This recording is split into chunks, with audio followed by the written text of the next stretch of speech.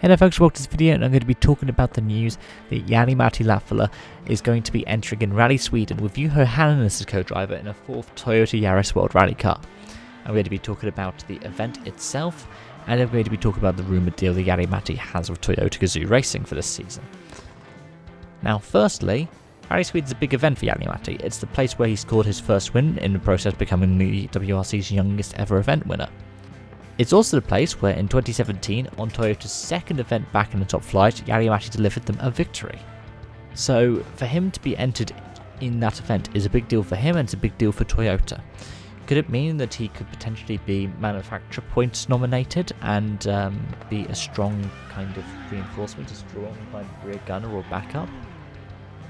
Maybe. It could do. But at the same time, there's every chance that it could be just him being able to go off to the event and do as well as he can. It's also interesting, a lot of people have been pointing out that Juho Hänninen is his co-driver, not Mika Anttila, and I believe this will be the first WRC event since 2003 that Jari-Matti will have done without Mika Anttila at his side, which in itself is quite an interesting thing. But he has had Juho Hänninen as co-driver before, and Juho has worked with him in the past couple of years at Toyota, for example being, say, the Notes cars, and they've done events together in stuff like the Toyota Celica that Jari-Matti owns and enters in other events outside of the WRC. They do have a working relationship as driver and co-driver. It's not something that's been picked out of thin air with Toyota's sort of reserve drivers or anything like that. I'll be interested to see how they do. I reckon they'll do quite well. I reckon if they were chosen to be nominated for manufacturer's points, because Toyota believe, for example, someone like Kalle didn't have the experience compared to Jari-Matti for the event, I reckon he could bring home a solid finish, potentially even compete for the win. And that will happen regardless. I think it'd be fascinating if we had somebody considered a privateer winning the event. But, in addition to that, let's talk about this rumoured deal. So it's rumoured that Jari-Matti will be doing 2 or 3 events with Toyota this season, probably in a similar kind of format to this. And outside of Sweden, I can think of 2 other events that immediately spring to mind. One of them is Finland, the other one is Wales. Both of them are good ones for Jari-Matti in the past, and they have some of his favourite stages as well.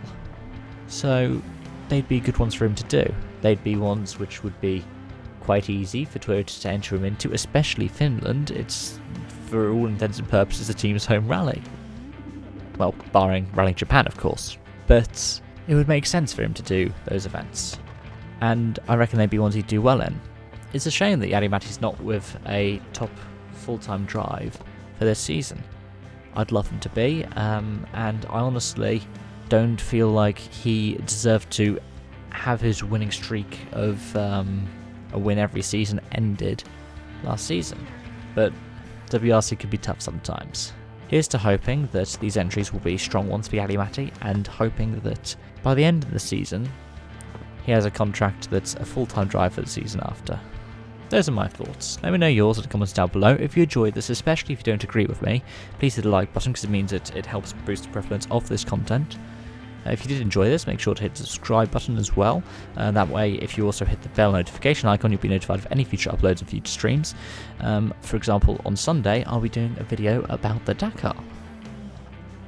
Hope to see you then. Thank you so much for watching.